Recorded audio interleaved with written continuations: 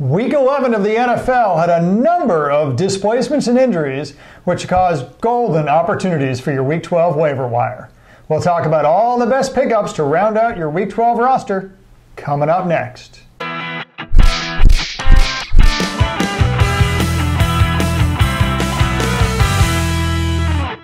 Hello, everyone. I'm Gary Kurtzman. And I'm Eric Lee, and we are the Fantasy Football Consultants. We're having a rare Monday show during the Thanksgiving week where we get to talk about waiver wires. And we want to welcome all of you, but especially our new viewers.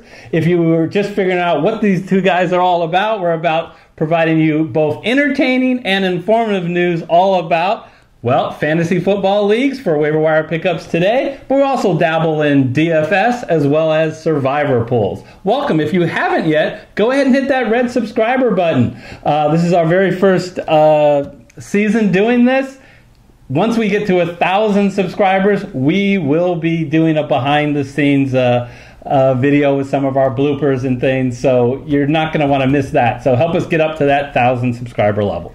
Yeah, but in the meantime, Eric, let's talk about waiver wires, because it occurs to me that there are better options, frankly, on the waiver wire for Week 12 than there have been in weeks.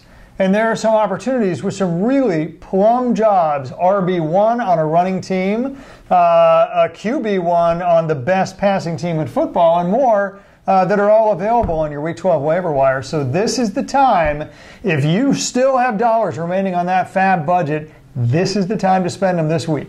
We are going over 6 key pickups. There's some other organizations that and shows that do 10 or 12.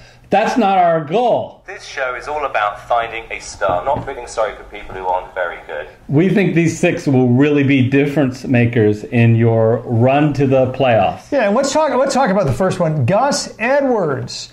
You probably heard the name because in the second half of that Baltimore game, something funny happened. A guy named Alex Collins got benched, not for injury, but because more or less John Harbaugh got tired of the 3 yards in a cloud of dust, which is what Alex Collins typically provides. Gus Edwards was an undrafted running back, and he managed to carry the ball 17 times for 115 yards and a touchdown.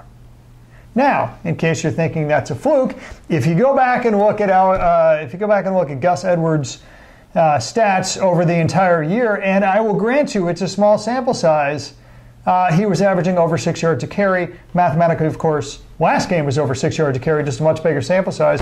What does that prove? Maybe not a lot. Again, small sample size, but then again, maybe it does, because you almost never see guys get benched for performance and then come back and get their job back the next game.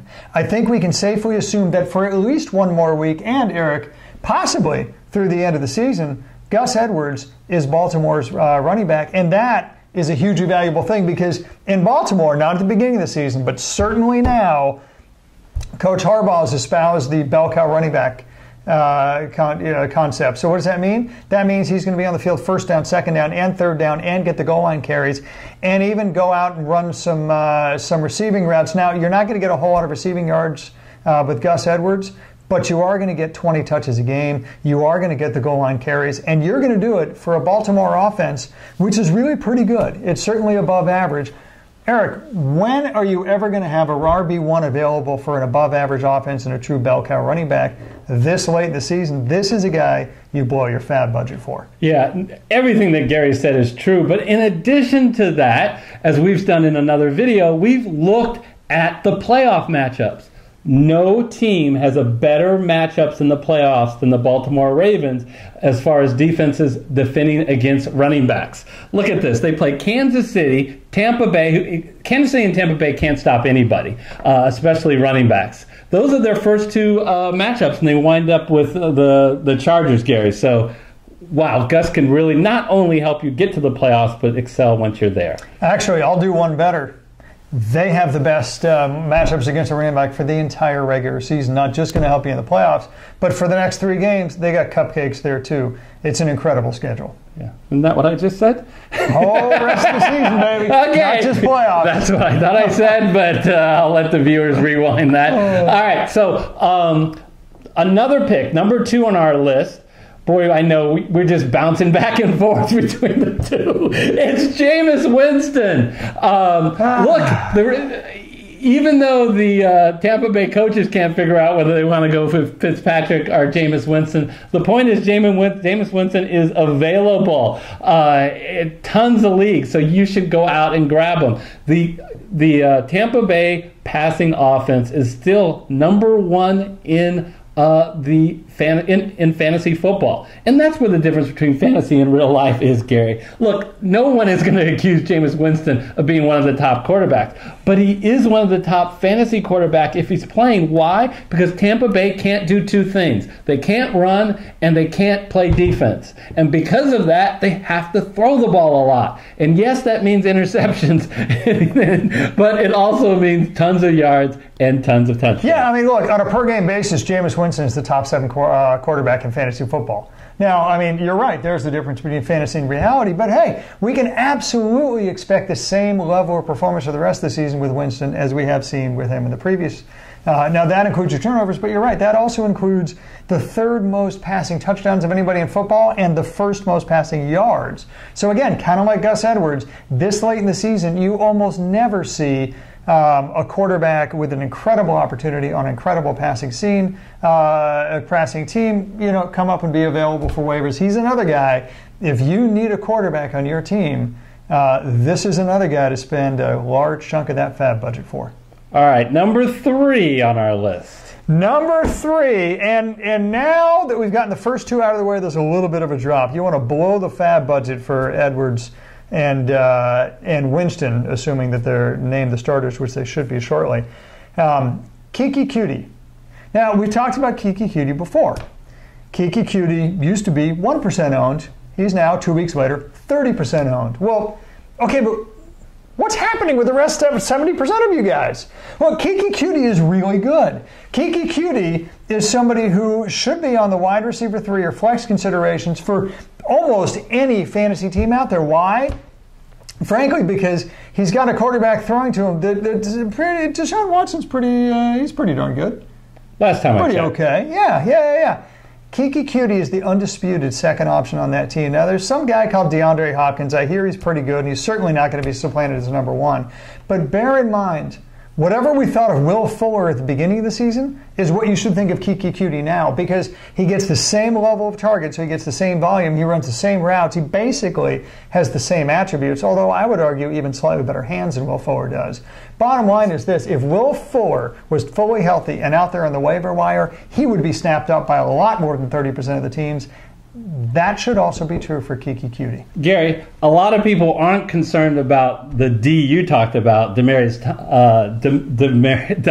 Hopkins. They're worried about Demaryius Thomas, that they signed him, right? And he started off doing really well, but that was more when Coutee was getting he was healthy. Just getting betting and he's not running the same routes. He's not getting the same volume. I mean, he got 1 target last game, Eric. Right. Literally 1 target. Okay, so you're doubting Thomas. I'm doubting Thomas. Okay. There you go. All right, number 4 on our list is DJ Moore. Sometimes more is less, so I'm not going to talk to you a whole lot about DJ. I think you should know he's a star rookie. As the season is going along, Cam Newton is getting more and more confidence. He completely went off last week, 7 catches out of 8 targets, a touchdown and over 150 yards. But here's the real reason you should be interested in DJ Moore. The Carolina Panthers have one of the best playoff matchups in all of the NFL for wide receivers.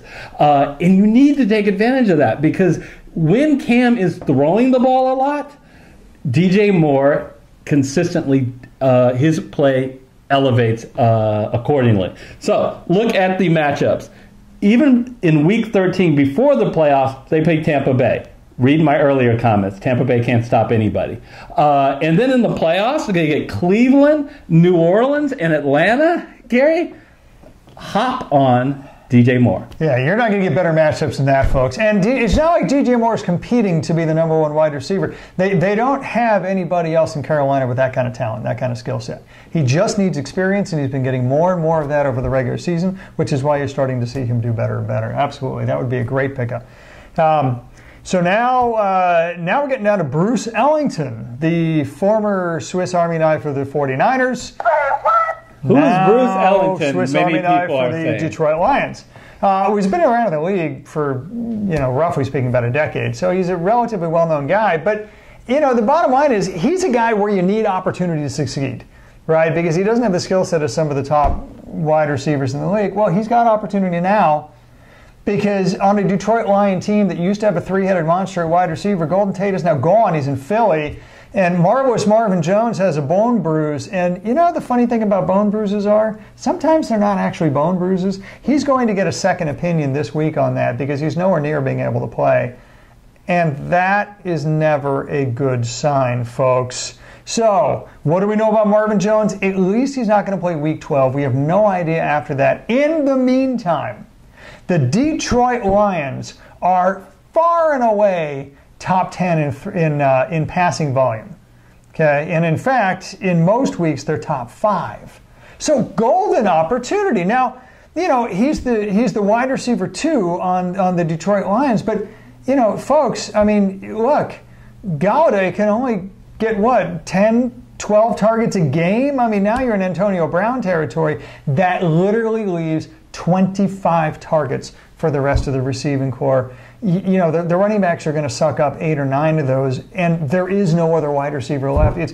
Look, I'll do the math for you. You're basically guaranteed 7 to 9 targets a game with this guy. With that kind of a volume and a decent quarterback, hey, I'd put some of my fab budget toward that. I'd take a shot at that for sure. Not only that, you'll get a little bump in the short term because Kerryon Johnson is hurt, and the Lions are going to have to rely on the pass much more than the run because LeGarrette Blount is not going to be as successful on the ground as Kerryon Johnson. See, 7 carries for 1 yard this past week out of Blount. Love this pickup. The last pickup, number 6 on our list, is, again, it goes in the Winston category that if you don't have a top of the line quarterback, you should seriously consider this guy in Lamar Jackson. He's taken over for the Baltimore Ravens, and, it's insane, Gary. We've talked about running quarterbacks. They're running quarterbacks, and then there are running quarterbacks. Yeah, we've never seen a guy like this, not since Michael Vick. Usually what you have is, you have a guy like Russell Wilson who creates possibilities to run, and then, he's going to get some yards and is scrambling. They design runs over and over and over again for Lamar Jackson. He's a running back in quarterback clothing. 27 carries he got last week. That is insane, Gary. So you get that, plus you get the passing yardage from him. He got 117 yards on the ground, and he'll get yards in the air, especially looking at his playoff matchups. I talked about how I love Baltimore's playoff matchups. I'll talk about them again. The Chiefs, Bucks, and Chargers are his playoff matchups. So I pick up Lamar Jackson.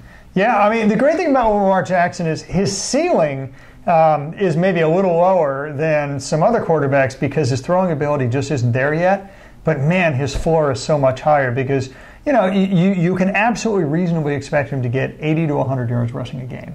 He obviously got 117 in the first game, but if you say conservatively 80 to 100 yards, well, Eric, that's literally 8 to 10 points without him even throwing the football. So his floor, and you got to throw in 100, 150, pass yards at a minimum. So basically his floor set at about 15 points. That's the highest floor you're ever going to see a quarterback. Yeah. And so that's valuable. And just to emphasize, matchups matter. This upcoming week, you get them to play the Raiders. And then again, the Chiefs and Bucks. Oh, anyway. Yeah. We don't know when Flacco is going to come back with that hip. That would be the only caveat we would say about Lamar Jackson. Right.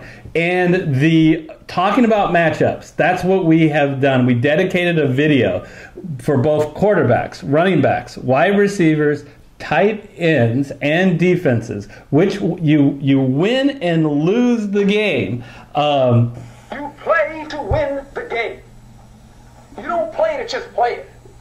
You play to win the game, and that's why you you play for the playoffs, Gary. So you've got to think about playoff matchups. We did a video where we did that. That video is right down below. So I highly suggest click on that video and plan appropriately for the playoffs. And as I mentioned before, please hit the subscribe button if you haven't yet. And then you'll be the bell icon to be notified of all future videos. And until our next video, we'll see you next time. See you then.